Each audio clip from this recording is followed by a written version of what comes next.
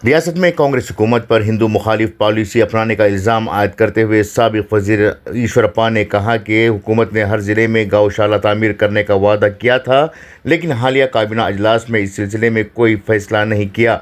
उन्होंने कहा कि कांग्रेस की हिंदू मुखालिफ पॉलिसी एक और अहम सबूत है। ईश्वरप्पा ने एक प्रेस कॉन्फ्रेंस में बात करते हुए कहा कि वज़ीर क़ानून एच.के. पाटिल ने गौशाला के क़याम के लिए गायों की अदम दस्तयाबी का बहाना पेश किया है और दूसरों को भी गौशाला कायम करने की इजाज़त नहीं दी जा रही है। उन्होंने सवाल किया कि कई मदारिस में और उर्दू स्कूलों में तलबा की कमी के बावजूद उन्हें बंद नहीं किया जा रहा है, तो फिर क्यों गौशाला के मामले में ये रवैया इख्तियार किया जा रहा है। उन्होंने मुतालिबा किया कि काबीना के फैसले को वापस लिया जाए और गौशाला की तामीर के मंसूबे को जारी रखा जाए।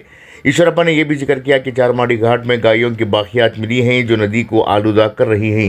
उन्होंने इल्ज़ाम लगाया कि हिंदुओं के मजहबी जज्बात को ठेस पहुंचाने की साजिश है और मुतालिबा किया कि गौकशी के क़ानून को सख्ती से नाफिज किया जाए। दूसरी तरफ उन्होंने रियासती हुकूमत पर KSRTC बस किरायों में 15% इजाफे के हवाले से भी तनकीद की और कहा कि हुकूमत के क़र्ज़ लेने और गारंटी स्कीम्स की वजह से इस तरह के फ़ैसले आ रहे हैं और महंगाई में इजाफा हो रहा है। उन्होंने कहा कि बीजेपी के इल्ज़ामात का सामना करने के दौरान उन्होंने फौरी तौर पर इस्तीफ़ा दिया था, बाद में बेगुनाह साबित हुए। इसी तरह से प्रियंका खरगे को भी चाहिए कि वो अपने इल्ज़ामात के मद्देनज़र इस्तीफ़ा देते हुए अपने आप को बेकसूर साबित करें। ब्यूरो रिपोर्ट, इनकलाब न्यूज़, शिवमोग्गा। ಕರ್ನಾಟಕ ರಾಜ್ಯದಲ್ಲಿ ಕಾಂಗ್ರೆಸ್ ಸರ್ಕಾರ ಹಿಂದೂ ಸಮಾಜದ ತಾಳ್ಮೆಯನ್ನು ಪರೀಕ್ಷೆ ಮಾಡ್ತಾ ಇದ್ದಾರೆ. ರಾಜ್ಯದಲ್ಲಿ ಹಿಂದಿನ ಸರ್ಕಾರ ಇದ್ದಂಥ ಸಂದರ್ಭದಲ್ಲಿ ಪ್ರತಿ ಜಿಲ್ಲೆಗೂ ಒಂದು ಗೋಶಾಲೆ ಆರಂಭ ಮಾಡಬೇಕು ಅನ್ನೋ ತೀರ್ಮಾನ ಆಗಿತ್ತು. 14 ಗೋಶಾಲೆಗಳು ಆರಂಭ ಆಗಿತ್ತು.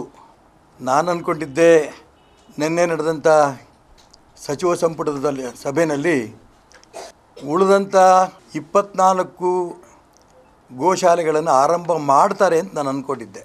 ಆದರೆ ತುಂಬ ನೋವಿನ ಸಂಗತಿ, ದುರಾದೃಷ್ಟ, ಇನ್ಯಾವುದೂ ಹೊಸ ಗೋಶಾಲೆಗಳನ್ನು ನಾವು ಆರಂಭ ಮಾಡಲ್ಲ ಈ ನಿರ್ಣಯ ತಗೊಂಡಿದ್ದಾರೆ. ಅದಕ್ಕೆ ಕಾರಣ ಕೊಡ್ತಾ ಇದ್ದಾರೆ, ಗೋವುಗಳು ಬಾರದೇ ಕಾರಣ ಈ ನಿರ್ಧಾರ ಅಂತ ಮಾನ್ಯ H.K. ಪಾಟೀಲ್ ಹೇಳ್ತಾರೆ. ಗೋವುಗಳು ಬಂದಿಲ್ಲಂತೆ.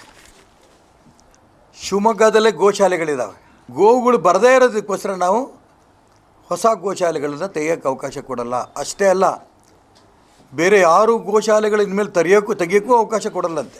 ಅನೇಕ ಉರ್ದು ಶಾಲೆಗಳಲ್ಲಿ, ಮದ್ರಸಾಗಳಲ್ಲಿ ಮಕ್ಕಳಿಲ್ಲ, ವಿದ್ಯಾರ್ಥಿಗಳಿಲ್ಲ. ಮುಚ್ಚಿಸಿರ ಅದನ್ನು ಮುಸಲ್ಮಾನರ ಶ್ರದ್ಧಾ ವಿಚಾರಗಳು ಬಂದಂಥ ಸಂದರ್ಭದಲ್ಲಿ ಅದನ್ನು ಸುದ್ದಿಗೋದ್ರೆ ನಿಮ್ಮ ಸರ್ಕಾರದ ಮೇಲೆ ಬೀಳ್ತಾರೆ ಅಂತ ಕಾರಣಕ್ಕೆ ಅವ್ರು ಸುದ್ದಿಗೆ ಹೋಗಲ್ಲ. ನಾನು ರಾಜ್ಯ ಸರ್ಕಾರಕ್ಕೆ ಎಚ್ಚರಿಕೆ ಕೊಡ್ತೀನಿ, ಈ ರೀತಿ ಹಿಂದೂ ಸಮಾಜವನ್ನು ಬಹಳ ಹಗುರವಾಗಿ ತಗೋಬೇಡಿ.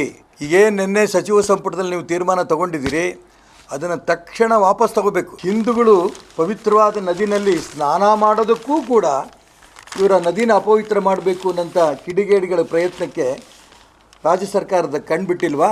ಗೋಹತ್ಯೆ ನಿಷೇಧ ಕಾಯ್ದೆ ರಾಜ್ಯದಲ್ಲಿ ಜಾರಿ ತಂದಿದ್ದೀವಿ ನಾವು, ನಮ್ಮ ಸರ್ಕಾರ ಇದ್ದಂಥ ಜಾರಿ ತಂದ್ವಿ.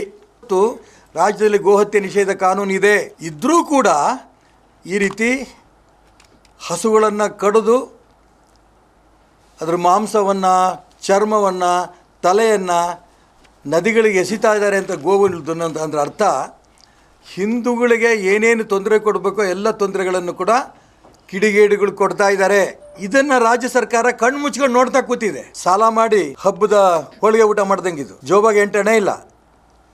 ಸಾಲ ಮಾಡಿಕೊಂಡು ಈ ರೀತಿ ಗ್ಯಾರಂಟಿಗಳು, ಸ್ಕೀಮ್ಗಳು ತಂದರೆ ಇನ್ನೇನಾಗತ್ತೆ? ಪ್ರಿಯಂಕಾ ಖರ್ಗೆ ಅವರ ಆತ್ಮೀಯರು ಮಾಡಿದಂಥ ಕಾರ್ಯದ ಬಗ್ಗೆ ಆತ್ಮಹತ್ಯೆ ಮಾಡಿಕೊಂಡಿರೋದು ತಮ್ಮೆಲ್ಲರೂ ಕೂಡ ಇಡೀ ರಾಜ್ಯದಲ್ಲಿ ಸುದ್ದಿಯಲ್ಲಿದೆ. ಪ್ರಿಯಂಕಾ ಖರ್ಗೆ ಹೇಳ್ತಾರೆ, ನನ್ನ ಹೆಸರು ಆ ಚೀಟಿನಲ್ಲಿ ಇಲ್ಲ, ಡೆತ್ ನೋಟಲ್ಲಿ ಇಲ್ಲ ಅಂತ. BJP ನಾಯಕರಿಗೆ ಹೇಳ್ತಾರೆ ಅದರ ಡೆತ್ ನೋಟ್ ಇದೆ, ಅದನ್ನು ತೋರಿಸ್ತಾ ಪತ್ರಕರ್ತರಿಗೆ ತೋರಿಸಿ ಇದನ್ನು ಪ್ರಧಾನಮಂತ್ರಿಗೆ ಎಲ್ರಿಗೂ ನಾವು ಕಳಿಸ್ತೇವೆ, ಕಾಂಗ್ರೆಸ್ಸಿನ ನಾಯಕರಿಗೂ ಕಳಿಸ್ತೇವೆ, ಹಾಗಾಗಿ ಅವ್ರು ರಾಜೀನಾಮೆ ತಗೋಬೇಕು ಅಂತ ಹೇಳ್ತಿದ್ದಾರೆ. ನಾನು ಇಷ್ಟು ಮಾತ್ರ ಹೇಳಬಲ್ಲೆ, ವಿನಾಕಾರಣ ನನ್ನ ಮೇಲೆ ಆಪಾದನೆ ಬಂತು, ನೈತಿಕ ಹೊಣೆ ಹೊತ್ತು ಯಾರು ಒತ್ತಡವೂ ಇಲ್ದೇನೆ ನಾನು ಅವತ್ತೇ ರಾಜೀನಾಮೆ ಕೊಟ್ಟೆ.